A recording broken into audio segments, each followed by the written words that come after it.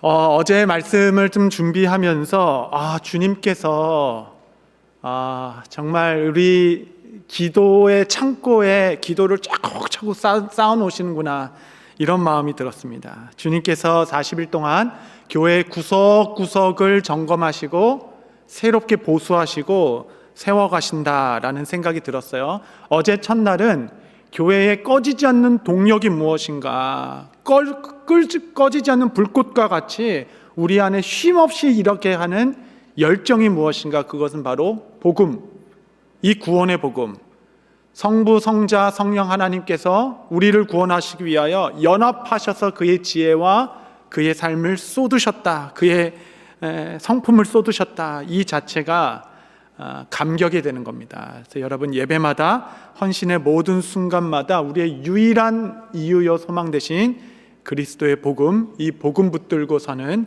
교회 되시기를 바랍니다. 2일차 오늘의 우리 주님의 점검 포인트는 사실은 담임 목사입니다. 담임 목사. 그래서 이거는 제게 하는 설교인데 여러분도 오셨으니까 그냥 같이 들어주십시오. 좋으시죠?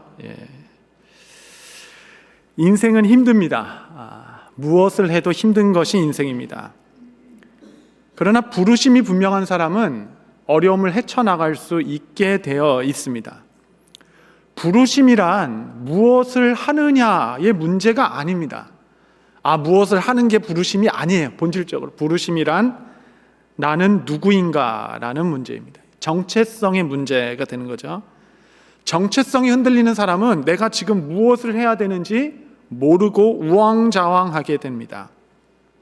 그러나 정체성이 분명한 사람은 삶의 어떠한 고난과 무게도 이겨낼 수 있는 힘이 되는 겁니다. 내가 누구인지를 아니까. 바울의 가장 주된 정체성이 무엇이었는가? 바울은 늘 자기 스스로를 소개할 때 자기 자신을 향한 직책을 그냥 예외 없이 이야기합니다. 그것은 그리스도의 사도된 나 바울은 이라는 것이에요. 13개의 서신서에서 무려 9개의 서신서에서 그리스도의 사도라라고 얘기합니다. 나머지 한 곳에서는 그리스도의 종이라고 얘기하고 또 한 곳에서는 갇힌 자 된 나 바울은 이렇게 얘기하고 거의 모든 책에는 본인을 사도라라고 얘기합니다. 이것은 그의 정체성의 선언이 되는 겁니다. 이 새벽에 피곤하시겠지만 여러분은 누구십니까? 여러분은 스스로를 누구라 이런 직책으로 말씀하시겠습니까? 자신을 사도라라고 강조했던 그런 어떤 배경은 좀 이해가 되죠. 왜냐하면 바울은 가는 곳곳마다 그 사도성에 대한 집요한 공격을 받았습니다. 네가 왜 사도라 그러냐? 어떤 근거로 너가 사도라고 이야기하냐? 그래서 그는 나는 예수님께서 직접 나를 불러주신 사도입니다, 이런 어떤 그 배경도 있지만 사실 이런 공격에는 신학적인 배경도 있었습니다. 왜냐하면 성경은 사도의 그 자격을 규정하고 있기 때문에 그래요. 가룟 유다의 결선으로 남은 제자의 자리를 딱 채우는데, 제자를 사도라고 부르는 겁니다. 제자를 딱 채우는데 조건이 있었습니다. 그것은 예수님의 세례에서 승천 때까지 예수님과 함께 있었던 자 중에 뽑자라는 것이 초대교회의 기준이었습니다. 바울은 이 조건에 합당하지 않았기 때문에 예수님 한 번 만난 적 없는 사람이 어찌 사도라고 말하냐, 이런 어떤 시비였죠. 바울은 나는 살아계신 예수님으로부터 직접 부름을 받았고 이것에 대해서는 아나니아를 통해서 확인할 수 있습니다 라고 이렇게 변증하기 시작했습니다. 그렇다면 바울이 계속적으로 내가 사도다라고 이렇게 이야기한 이유가 그가 단지 공격을 받았기 때문에 그런 건가요? 나는 사도적 권위가 있다라는 것을 변증하기 위한 것이겠습니까? 그것도 있겠지만, 그렇다면 왜 디모데에게도, 디모데 그의 아들과 같은 제자에게도 편지를 쓸 때 예수의 사도된 바울은 이렇게 쓴 이유는 무엇입니까? 디모데에게 바울은 이미 권위자이고 그가 사도됨을 의심한 적이 없었을 것이에요. 단지 권위 입증의 목적이라면 그에게까지 그렇게 쓸 필요는 없었겠죠. 그러나 디모데에게도 굳이 내가 사도다라고 계속적으로 반복하고 있습니다. 그렇게 밝힌 이유는 아마도 바울된 그가 늘 기억해야 하고 반드시 잊지 말아야 할 자기 정체성의 확인입니다. 확인. 사도라는 헬라어의 단어는 아포스톨로스이죠. 많이 들어보셨죠? 이 단어의 문자적 뜻은 보내심을 받은 자라는 뜻입니다. 보내심을 받은 자. 영어로는 the sent라고 할 수 있어요. 바울은 한 번도 그러고 보니 우리나 사도 바울, 바울 사도 이렇게 부르지 바울 사도, 사도 바울 이렇게 쓴 적이 없습니다. 사도 바울은 늘 예수 그리스도의 사도 된 바울은 이렇게 씁니다.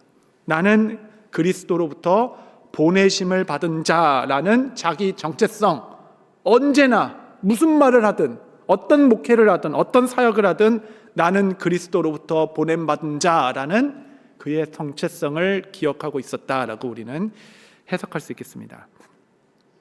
여러분, 교회는 무엇인가요? 교회 한번 정의해 보셨나요? 교회는 뭔가? 여러분, 건물이 없어도 교회입니다. 두세 사람만 모여도 교회예요. 교회는 공동체니까. 그렇죠? 규모가 아닙니다. 재정의 규모도 아닐 것이에요. 그런데 이 네 가지가 없으면 교회가 아닙니다. 이 네 가지가 교회의 attribution이라고 얘기하는 교회의 성질이에요. 이 교회는 이 네 가지가 교회구나 라는 것의 첫 번째는 교회의 사도성이라고 부릅니다. 사도성. 두 번째는 거룩성. 세 번째는 통일성. 네 번째는 보편성. 이것이 2000년 교회 신학이 쌓아 올린 교회의 정체성. 거룩하지 않으면 교회가 아닌 것이죠. 하나 되지 않는 곳은 교회가 아닌 것이죠. 차별, 보편, 차별이 있는 곳은 누구는 구원할 수 있고 누구는 봉사할 수 있고 이런 것은 교회가 아닌 것입니다. 사도성을 잃어버린 것은 교회가 아니다라고 이야기할 정도로 교회의 제일 정체성이 되고 성도들의 부름받은 정체성이 되는 이 사도성. 바울은 아마 평생 자기를 소개할 때 나는 유대인이야, 나는 베냐민 지파야, 나는 바리새인이야, 나는 이렇게 율법 교육을 받은 자야, 그의 가문, 배경, 학벌을 이야기했을 것입니다. 그러나 예수님 만나고 다 배설물로 여겼어요. 회심 이후로 그는 자기 자신을 설명하는 유일한 단어, 저는 보내심을 받은 자입니다 라고 그를 소개하고 또 소개합니다. 여러분, 이 시대에 사도는 없습니다. 여러분, 그런 교회 가지 마십시오. 그러나 사도적 사명은 누구에게나 있는 겁니다. 모든 성도가 항상 잊지 말아야 할 것은 나는 보내심을 받은 자라는 정체성일 것입니다. 예수님께서는 아버지께서 나를 보내심과 같이 나도 너희를 세상에 보내노라. 이게 사도성이에요. 보내심. 샌딩 DNA, 보내는 것 계속 흘려보내고 파송하여 보내고 보내심 받은 것을 기억하고. 그래서 최희용 장로님 기도해 주신 대로 우리 뉴제 초대교회는 이 지역에 보냄받은 예수의 공동체라 할 수 있겠습니다. 보냄받은 자라는 자기 정체성은 자연스럽게 세 가지 질문이 따라오게 되어 있습니다. 그 세 가지 질문은 누가 보냈는가? 그렇죠? 두 번째는 누구에게 보냈는가? 세 번째는 왜 보냈는가? 여러분, 이 세 가지를 스스로 정리해 보는 것이 오늘의 우리의 과제일 것입니다. 첫 번째, 누가 보냈는가? 여러분, 이것이 아주 중요합니다. 왜냐하면 나를 보내신 주인이 있다라는 것을 아는 것, 이것이 우리의 정체성의 첫 번째 되는 것입니다. 보냄받은 자는 결코 주인공이 아닙니다. 보내신 분이 주인이세요. 보내심을 받은 자는 종이자 심부름꾼이 되는 겁니다. 사실 사신들, 보냄받은 자는 스스로 아무것도 결정할 수 없습니다. 모든 권위, 모든 결정, 모든 지침은 보내신 분에게 있는 것입니다. 사역자가 이 사도적 정체성을 잃어버리게 되면 제일 먼저 일어나는 현상이 있어요. 그것은 바로 사역의 사유화입니다. 여러분, 주인 의식을 갖는 것과 주인 노릇하는 것은 전혀 다른 것입니다. 누누이 몇 번 말씀드렸지만 목사에게 있어서 가장 무서운 범죄는 성적인 범죄, 무슨 재정적 착복 그런 것 아닙니다. 그것은 그냥 맺히는 열매에 불과해요. 뿌리와 같은 무서운 죄가 있습니다. 그것은 사역을 사유화하려고 하는 것입니다. 교회를 사유화하려고 하는 것이죠. 누구도 그럴 수도 없고 그래서도 안 됩니다. 왜냐하면 보내심 받은 종에 불과하고 보내신 분이 이 교회의 주인 되시기 때문에 그렇습니다. 사역자들에게는 일종의 나귀 신드롬 같은 것이 생기기 마련입니다. 이게 뭐냐면 예수님께서 나귀를 타고 딱 가는데 그냥 처음에 무거워라고 걷고 있는데 갑자기 사람들이 막 노래를 부르기 시작하고 종려나무를 막 흔들기 시작하고 막 옷을 벗어서 흙 밟지 말라고 막 바닥에 깔아주기 시작하는 겁니다. 나귀가 걷다 보니까 아니 내 발에 사람들이 이렇게 그냥 옷을 깔아서라도 환영하네. 막 거기 취하기 시작하면 이제 화 있을진저, 그렇죠? 나귀를 환영하는 것이 아니죠. 그 위에 타고 계신 예수님에 대한 환영과 존경, 그 예배의 모습이었을 것입니다. 목회자들의 착각은 하나님은 누구든지 쓸 수 있는데 내가 특별해서 내가 열심히 해서 이렇게 되었다라고 혼동하기 시작할 때부터 이상한 보상 심리가 생기기 시작하고 그것은 교회를 병들게 합니다. 산전수전 다 겪으신 백발의 어른께서 젊은 목회자에게도 이렇게 고개 숙여 인사하시고 대우해 주시고 깍듯하게 하시는 것은 사실 사람에게 하는 게 아니죠. 그렇죠? 말씀을 맡은 자에 대한 그 말씀의 권위에 대한 존경과 겸손일 것입니다. 그러니까 나를 보내신 주인에 대한 태도이지 이 나귀를 향한 존경은 결코 아닐 것이죠. 주인을 기억해야 합니다. 나를 보내신 분이 계시다. 내가 누가 나를 보냈는지를 알 때 비로소 우리는 능력의 근원을 또 알게 됩니다. 그 능력과 권위는 나에게 있지 않고 나를 보내신 분에게 속해 있는 것이에요. 예수님께서 제자들을 파송하시며 그에게 말씀하신 가르침은 아주 심플했습니다. 너 가는 곳마다 열매 맺고 싶니? 그러면 열심히 하는 게 아니다. 잘하라고 너를 보내는 것이 아니야. 너는 오직 포도나무에 붙어 있으라.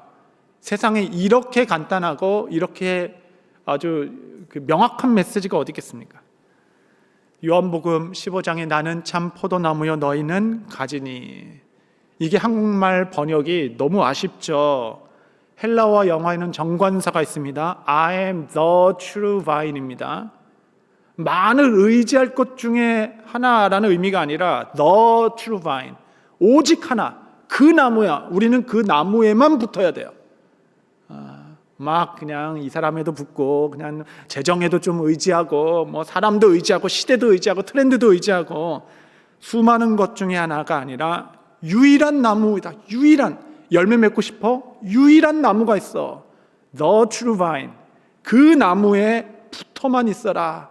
그러면 가지 끝에 열매가 주렁주렁 맺힐 것이다. 얼마나 쉽습니까, 여러분? 사역의 열매는 사역의 현장에서 맺는 것이 아닙니다.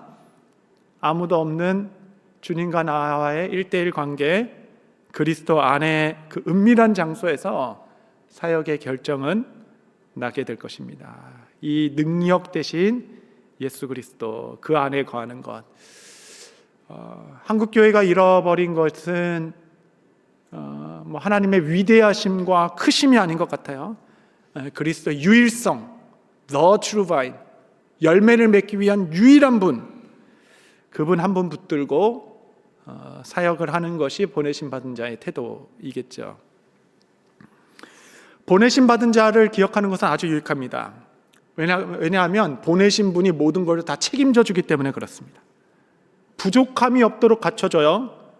위험이 없을까 봐 옷도 멋지게 입혀주시고, 경비 모자라서 거기까지 못 가지 않도록 경비도 다 대해주시고, 그 중에 안전도 보호해주시고, 또 경호도 붙여줘가지고 부족함이 없도록 하시고 넉넉하게 차비를 차려주십니다.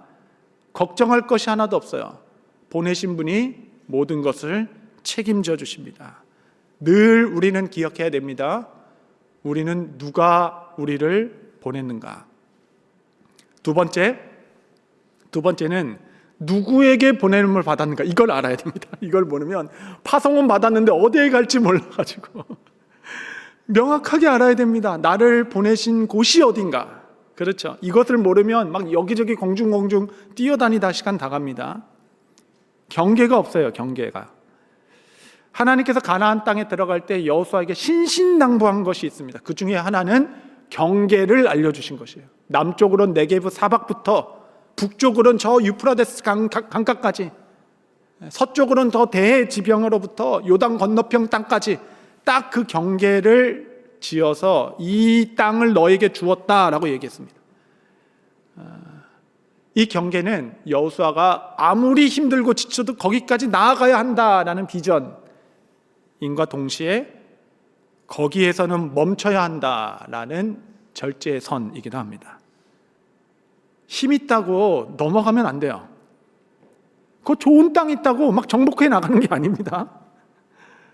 그냥 힘 있고 군사력 있고 좋은 땅 있다고 경계선 넘어 막 정복하기 시작하면 그때부터 그것은 거룩한 전쟁이 아니라 정복 전쟁이 되고 잔인한 피비린내 내는 무한 경쟁으로 빠져들게 됩니다.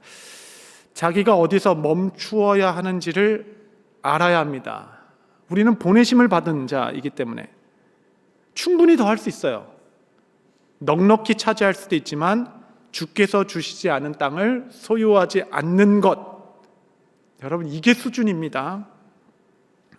모세에게 최고의 순종은 요단 경계를 넘지 않은 것이에요. 저는 홍해 바다를 걷는 것보다 훨씬 더 감동이 있습니다. 나는 요단강을 넘지 않겠다.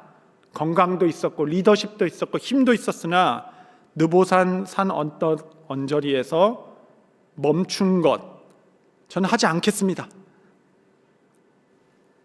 그게 이 모세에게 비전은 가나안 땅이 아니라 하나님이었다라는 것을 삶의 마지막에 가장 큰 경배로 주님께 신앙 고백한 삶 아니겠어요? 그의 비전은 하나님이셨구나, 순종이었구나 라는 것을 알게 하는 순간입니다. 제가 어제 말씀 준비하면서 3년 됐더라고요. 제가 3년 전에 취임할 때 제가 하나님과 성도님들 앞에서 말씀드린 5가지 약속이 있어서 늘 마음에 품고 있었는데 다시 좀 찾아봤습니다. 이 5가지 약속이 무엇이었냐면, 첫 번째, 하나님과 교회 앞에서 정직하겠습니다 였습니다.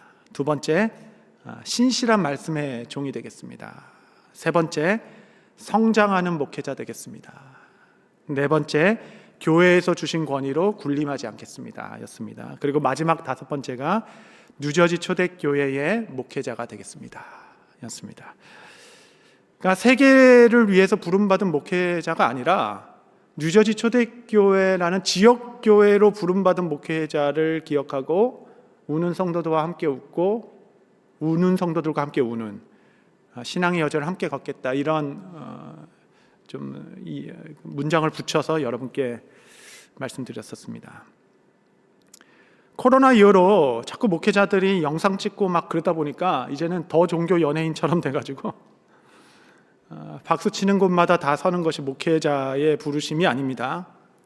오히려 이름을 드러내려 하지 않고 감추려 해야 됩니다. 더 꽁꽁 더 감추어야 하죠. 세례 요한처럼. 그것은 내 영혼의 안전을 위해서 하는 일입니다. 가지치기를 해야 합니다. 마치 부끄러운 수치, 그 가정의 수치 하나씩은 다 품고 살아가잖아요. 그 수치를 어떻게든 감추려 하듯 이름이 드러나는 것을 더 두려워해야 합니다. 마치 결혼식의 들러리처럼 결혼식은 딱 그날 한 번은 그 신부가 바짝바짝 드러나야 되잖아요. 근데 여러분, 푼수는 어디나 있죠? 푼수는 어디나 있습니다. 그 들러리 중에 막 자기가 더 화려하게 머리도 볶고 막 한다면 누가 좋아하겠어요?